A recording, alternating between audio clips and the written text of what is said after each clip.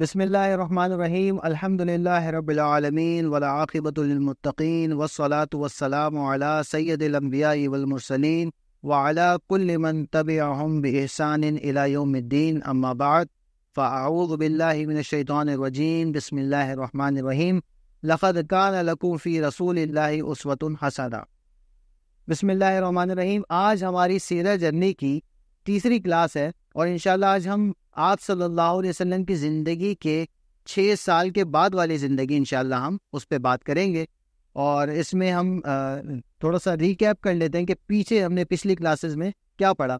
تو ہم نے لاسٹ ٹائم جو بات کی تھی وہ عرب کے کلچر کے بارے میں بات کی تھی کہ عربوں کا کلچر کیا تھا، تاکہ ہمیں آپ صلی اللہ علیہ وسلم کس قوم پہ بھیجے گئے ہیں، کس کلچر میں آپ صلی اللہ علیہ وسلم کی نبوت کو آپ صلی اللہ علیہ وسلم کو نبوت دے کے بھیجا گیا ہے، اس کے بارے میں ہم تھوڑا سا دیکھ لیں کہ وہ قوم کیا تھی۔ تو ہم نے دیکھا کہ ایک تو میپ کے حوالے سے ہم نے بات کی کہ تقریباً جو ہے نا مڈ میں ہے یہ جو مکہ ہے، تو وہاں سے پوری دنیا میں اسلام کی دعوت پھیلی ہے۔ اس کے بعد ہم دیکھتے تھے کہ ان کی کیا خامیاں تھیں عربوں کی، تو ان میں چوری، جنگجوئی، بت پرستی، توہم پرستی، بدکاری، شراب نوشی اور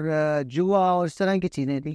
اور اگر ہم خوبیوں میں بات کریں تو ان کا حافظے بہت اچھے تھے، ان کا صحت نسب بہت اچھا تھا، بہادر تھے، سخی تھے، اسی طریقے سے ان کا خاندانی نظام بہت اسٹرانگ تھا، حق گو تھے، یعنی کہ جو بات دل میں ہوتی وہی زبان پہ ہوتی۔ تو یہ ان کی بہت ساری کوالٹیز تھیں۔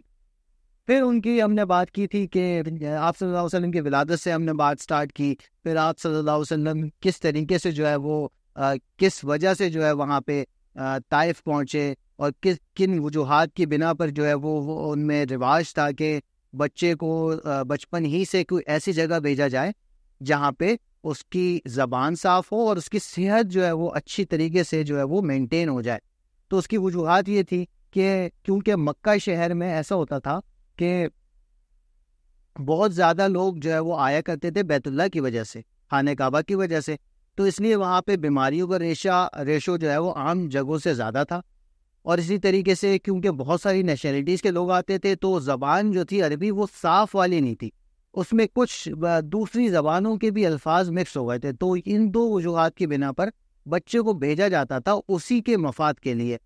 تو بہرحال آپ صلی اللہ علیہ وسلم کو جو ہے وہ طائف بھیجا گیا۔ پھر ہم نے بات کی تھی شق صدر کا واقعہ ہوا 4 سال کی عمر میں۔ پھر آپ صلی اللہ علیہ وسلم واپس اپنی والدہ کے پاس آ گئے، 2 سال اپنی والدہ کے پاس رہے، 6 سال کی عمر میں والدہ کا انتقال ہو گیا۔ پھر ہم نے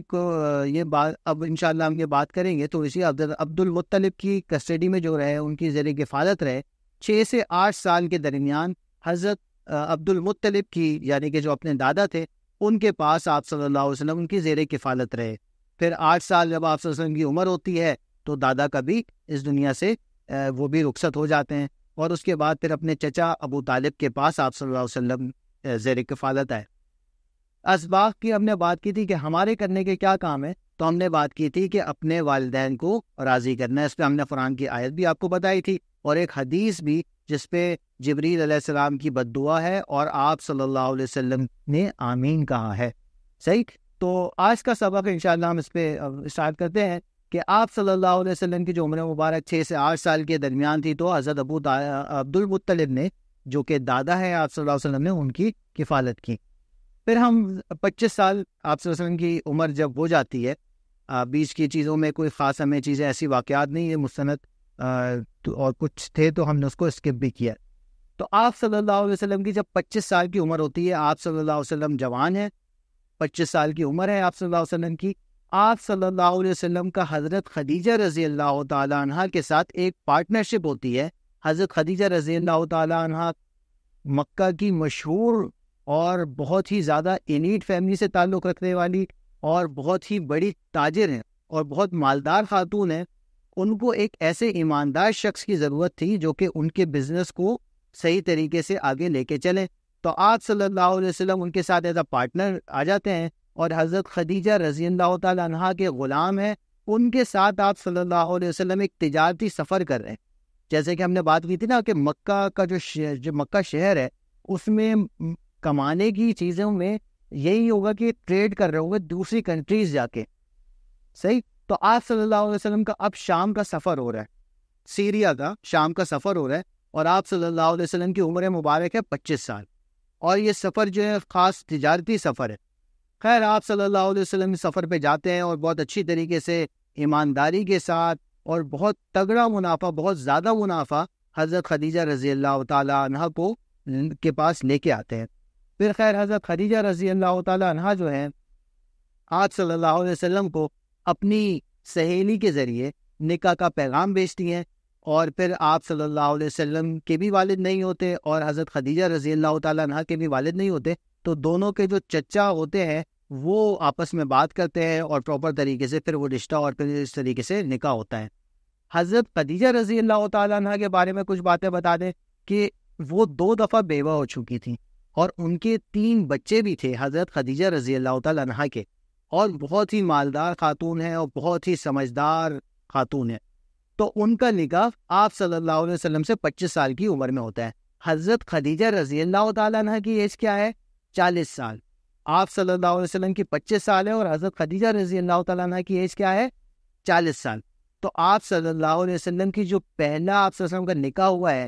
15 سال ان کی عمر زیادہ ہے جن سے نکاح ہوا ہے، صحیح؟ تو حضرت خدیجہ رضی اللہ تعالیٰ عنہ سے آپ صلی اللہ علیہ وسلم کا نکاح ہو جاتا ہے، 25 سال آپ صلی اللہ علیہ وسلم کی عمر ہے۔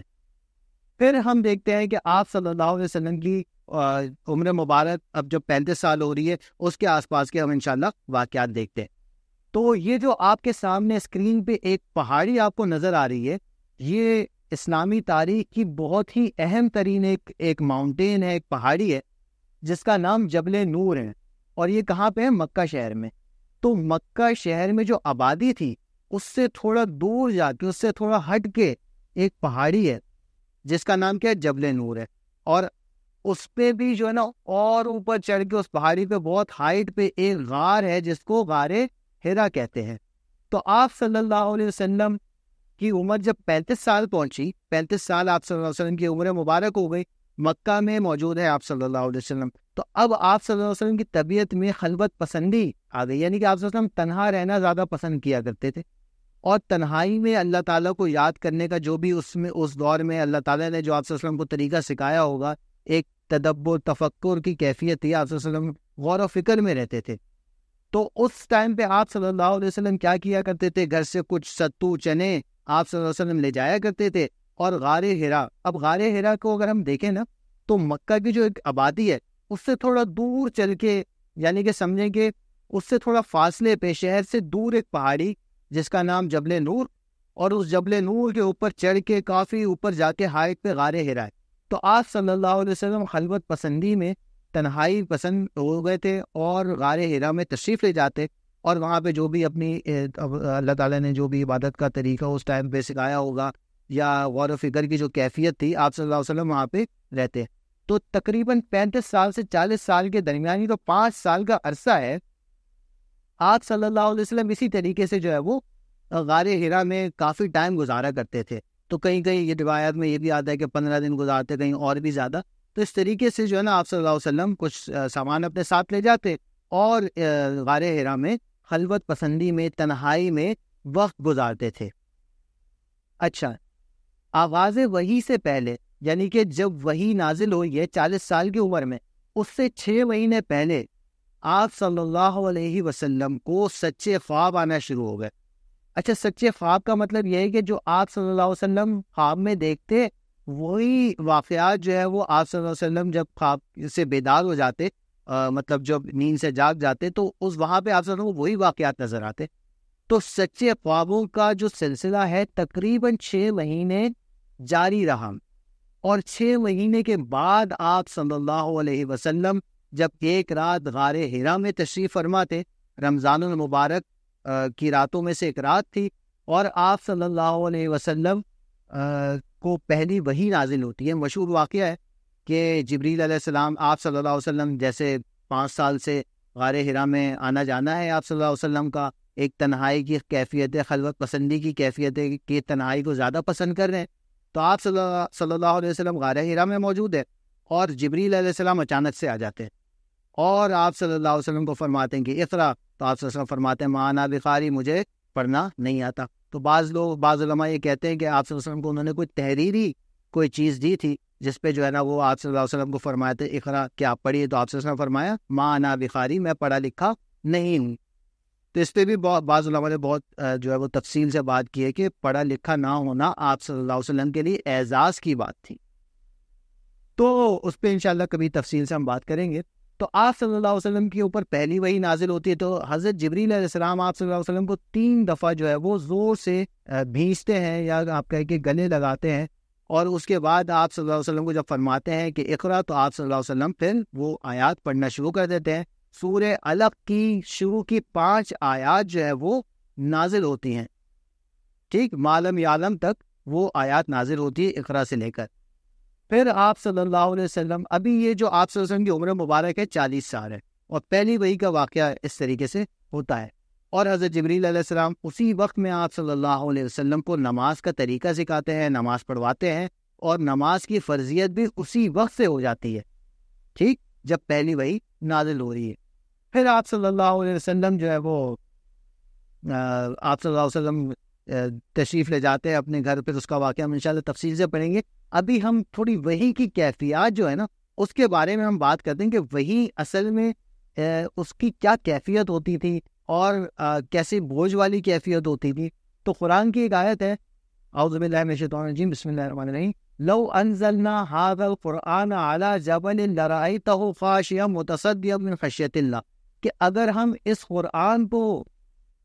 ایک پہاڑ پہ نازل کر دیتے تو کیا ہوتا کہ وہ اللہ کے خوف سے ریزہ ریزہ ہو جاتا۔ تو یہ وحی کی شدت کو بیان کرنے کے لیے یہ آیت ہے کہ وحی کو ایک بہت ہی شدت والی چیز ہے،